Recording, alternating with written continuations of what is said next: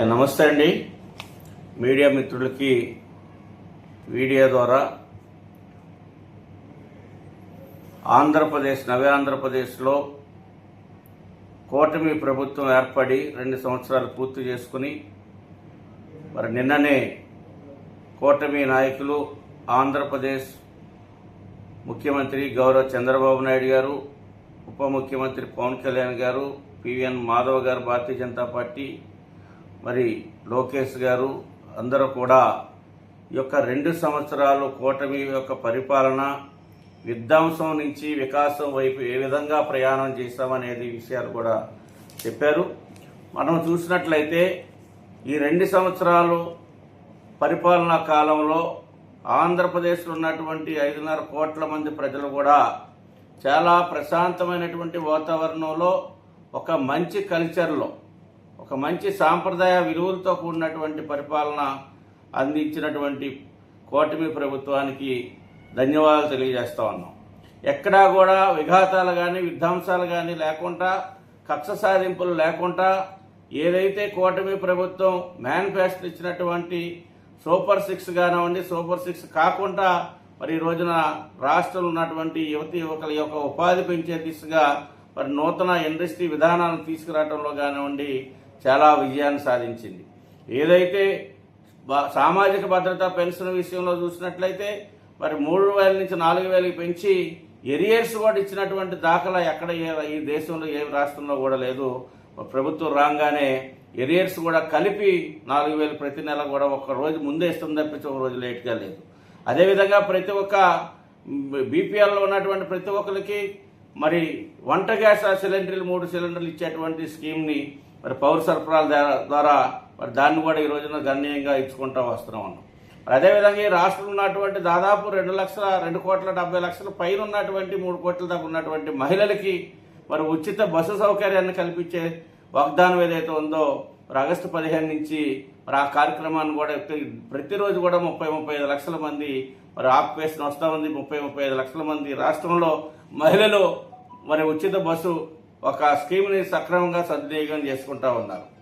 ఈ రకంగా మరి తల్లికి వందనం అనేటువంటి దాన్ని తీసుకున్నట్లయితే మరి ఎంతమంది పిల్లలు చదువుకుంటే అంతమందికి కూడా మరి యొక్క 15,000 రూపాయలు వేసినటువంటి పరిస్థితి. అంతకుముందు అన్నదాత సుఖీభవ విషయానికి వస్తే మరి ఏదైతే దానికి అప్పుడు ఉన్నటువంటి ప్రభుత్వం కంటే ఇంకా 5,000 రూపాయలు పెంచి కేంద్రం ఇస్తున్న దాన్ని బట్టి 20,000 రూపాయలు ఈ రోజున మరి ఇస్తున్నటువంటి పరిస్థితి చూస్తూ ఉన్నాం.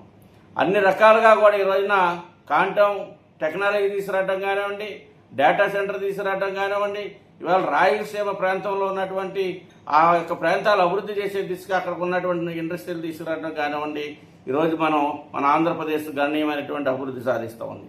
మరి అదేవిధంగా ఆంధ్రప్రదేశ్ జీవనాడి అయినటువంటి మరి పోలవరం ప్రాజెక్టు డైలీ ఫార్మ్ కొట్టుకుపోయినప్పుడు గాలికి వదిలేసిన తప్పించి గత ప్రభుత్వం దాని పట్ల ఏ రకమైనటువంటి శ్రద్ధ తీసుకోలేదు. దాన్ని పునర్నిర్మాణం చేయకుండా వదిలిపెట్టినటువంటి పరిస్థితి మనం చూసాం. ఆ రోజు 400 కోట్లు పెట్టి చేస్తే మరి దాన్ని ఈ రోజున అన్ని కాస్టులు పెరుగుతాయి, మళ్ళీ ఇవాళ 1000 కోట్లు ఖర్చు పెట్టి డైలీ ఫార్మ్ నిర్మాణం చేసి ఈ రోజున పోలవరం ప్రాజెక్టు ఓపెనింగ్కి ప్రారంభానికి సిద్ధమవుతున్నటువంటి తరుణంలో ఈ రాష్ట్రంలో ఉన్నటువంటి మరి పోలవరం ప్రాజెక్టు పూర్తయితే మరి అందరికీ కూడా తాగునీరు సాగునీరు రాష్ట్రం అంతా కూడా ఇచ్చి లక్షలాది ఎకరాలకి మరి పంటలకు నీరు అందించేటువంటి పరిస్థితుల ద్వారా కోట్లాది రూపాయలు, 100,000 కోట్ల రూపాయలు ఈ రాష్ట్రానికి ఆదాయాన్ని సమకూర్చేటువంటి ఒక ఆదాయ వనరులుగా మరి ప్రజలు పచ్చగా ఈ రాష్ట్రం అంతా కూడా పచ్చగా ఉండడానికి దారి తీసేటువంటి పరిస్థితి. మరి భారతదేశంలో ఆంధ్రప్రదేశ్ రాజధాని ఎక్కడంటే చెప్పలేనటువంటి పరిస్థితుల్లో మన విద్యార్థులు కానీ ప్రజలు కానీ ఉన్నటువంటి పరిస్థితుల్లో ఈ రోజున అమరావతి కేంద్రంగా ఈ రోజున మరి అన్ని రకాలైనటువంటి డెవలప్మెంట్స్, ఒకవైపున రోడ్లు నిర్మాణం చేయటం, ఒకవైపున వంతులు నిర్మాణం చేయటం, ఒకవైపున బిల్డింగ్స్ కడతాం, మరి సిఆర్టీ కార్యాలయం ఓపెన్ చేయటం, విజయవాడలో ఉన్నటువంటి కార్యాలయాలన్నీ కూడా అక్కడ తరలించి ఈరోజు చేస్తారు. కేవలం 24 నెలల కాలంలోనే ఇంత అభివృద్ధి మరి గతంలో ఉన్నటువంటి అంతకుముందు ఉన్నటువంటి అప్పులకి వడ్డీలు చెల్లించుకుంటూ మరలా నూతనంగా కావలసినటువంటి ఆర్థిక పెట్టుబడులు సాధిస్తూ మన దాదాపు 23 లక్షల కోట్ల రూపాయలు ఇతర దేశాల నుంచి రాష్ట్రానికి మరి పెట్టుబడిగా తీసుకొచ్చి ఇక్కడ ఉన్నటువంటి వ్యాపార సంస్థల్ని అభివృద్ధి పరిచే విధంగా, ఇండస్ట్రీలను అభివృద్ధి పరిచే విధంగా, తద్వారా ఏదైతే ఈ రాష్ట్ర ఆదాయ వనరులు పెంచి ఇక్కడ ఉన్నటువంటి యువతి యువకుల యొక్క నిరుద్యోగులకు ఉపాధి కల్పించేటువంటి పరిస్థితి ఈరోజు చూస్తూ ఉన్నాం. మరి అది రానున్న రోజుల్లో ఫలితాలు వస్తూ ఉంటాయి. ఆ రకంగా ఈరోజు చేస్తున్నప్పుడు మరి వైఎస్ఆర్ పార్టీ మరి 5 సంవత్సరాలు కూడా ఓన్లీ బట్టలకు మాత్రమే పరిమితమైంది తప్పించి ఈ రాష్ట్రంలో ఎక్కడ అభివృద్ధి లేకుండా, అభివృద్ధికి నోచుకోకుండా విధ్వంసాల వైపు నడిపించింది తప్పించి ఎక్కడ లేదు. ఈ రోజున పంచాయతీరాజ్ శాఖలో చూస్తున్నట్లయితే మరి గణనీయంగా అన్ని ఒక గ్రామ పంచాయతీల్లో కూడా ఈరోజు 13,326 గ్రామ పంచాయతీల్లో కూడా ఇవాళ రోడ్ల నిర్మాణం కానీ, డ్రైనేజీ నిర్మాణం కానీ, తాగునీరు అందించడంలో కానీ అన్ని విధాలుగా కూడా ఈరోజు గౌరవ పవన్ కళ్యాణ్ గారి యొక్క సారథ్యంలో జరుగుతున్నటువంటి పరిస్థితులు చూసాం. నిన్న పవన్ కళ్యాణ్ గారు కూడా మాట్లాడినప్పుడు చూసాం.